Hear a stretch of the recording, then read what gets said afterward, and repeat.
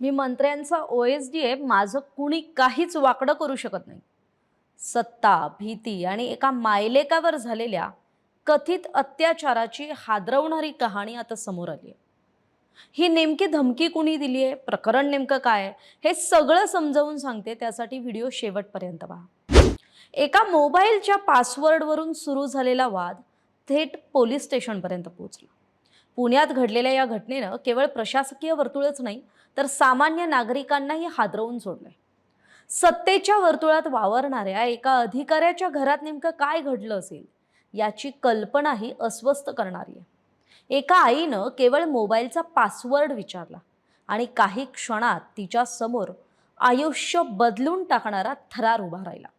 हे धक्कादायक कृत्य दुसरं तिसरं कुणी नाही, तर सत्तेतले मंत्री अतुल सावे यांचे माजी विशेष कर्तव्य अधिकारी म्हणजेच OSD राहिलेले विजय कारंडे यांनी केलंय.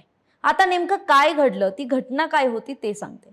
30 एप्रिलची ती संध्याकाळ होती. पुणे स्टेशन परिसरातल्या क्वीन्स गार्डन परिसरात शासकीय निवासस्थानात सर्व काही नेहमीसारखंच सुरळीत सुरू होतं. विजय कारंडे मोबाईलवर चॅटिंग करत होते. त्यांच्या पत्नीनं सहजपणे त्यांना याविषयी विचारणा केली आणि मग मोबाईलचा पासवर्ड मागितला.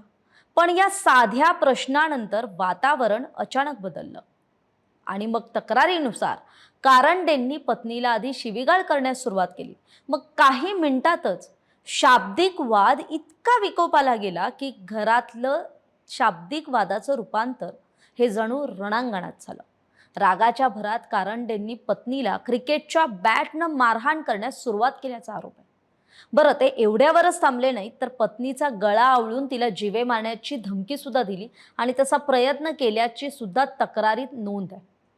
त्या क्षणी खरं तर आईला वाचवण्यासाठी त्यांचाच लहान मुलगा मध्ये पडला, पण त्या निरागस मुलालाही बॅटनं मारहाण करण्यात आल्याचा आरोप आहे.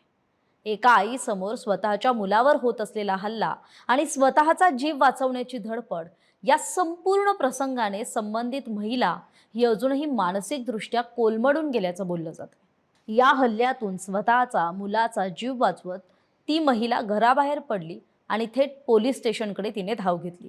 त्यानंतर कोरेगाव पार्क पोलीस ठाण्यात गुन्हा नोंदवण्यात आला. या घटनेनंतर एकच खळबळ उडाली.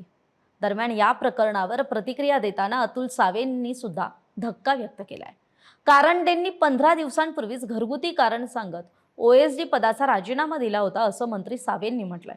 मात्र त्यामागे इतकं गंभीर आणि हिंसक कारण असेल याची आपल्याला पुसटशीही कल्पना नव्हती, असं त्यांचं म्हणणं आहे. गुन्हा दाखल झाल्यानंतरच आपल्याला सत्य समजलं. पीडित बहिणीला न्याय मिळवून देण्यासाठी आम्ही वचनबद्ध आहोत. दोषींवर कठोर कारवाई व्हावी यासाठी निर्देश दिलेत, असं सुद्धा सावेंनी म्हटलंय. सोशल मीडियावरही सावेंनी या घटनेबाबत आपली भूमिका स्पष्ट करत महिलांवरील अत्याचाराचा निषेध केलाय.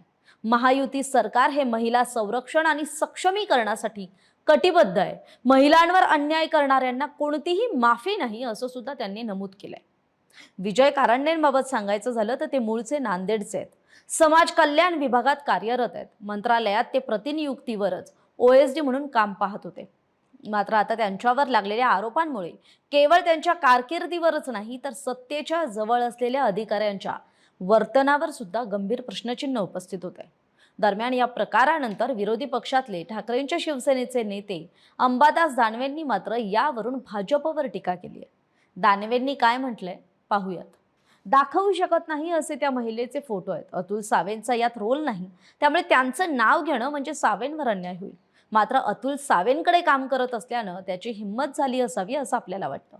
अतिशय भयानक मारहाण करण्यात आली आहे, तरी भाजप महिला अत्याचाराच्या बाता करतायत असं म्हणत सावेंवर वैयक्तिक टीका टाळत दानवेंनी मात्र भाजपवर टीका करण्याची संधी सोडलेली नाहीये. असो, राजकीय टीका सोडा, पण या संपूर्ण घटनेत सर्वात वेदनादायक चित्र माहितीये कुठलं आहे? तर ते त्या एका लहान मुलाचं आहे, जो आईला वाचवण्यासाठी मध्ये पडला आणि स्वतःही हिंसाचाराचा बळी ठरला. सत्ता, पद आणि प्रतिष्ठेच्या आड दडलेल्या या घरगुती हिंसाचाराचं हे वास्तव पुन्हा एकदा समाजासमोर आलंय. त्यामुळे शेवटी ना प्रश्न एक पडतो, सत्तेच्या आणि प्रतिष्ठेच्या आड दडलेली ही घरगुती हिंसा नेमकी किती खोलवर रुजली आहे? बंद दाराआड घडणाऱ्या हिंसाचाराचा आवाज बाहेर यायला इतका वेळ का लागतो? तुम्हाला काय वाटतं? कमेंट करून कळवा. महाराष्ट्रातील सर्व बातम्यांचे विश्वासार्ह व्यासपीठ. सकाळच्या सर्व सोशल मीडिया प्लॅटफॉर्मला लाईक, फॉलो आणि सबस्क्राईब करा. तसंच सर्व नोटिफिकेशनसाठी बेल आयकॉन प्रेस करायला विसरू नका.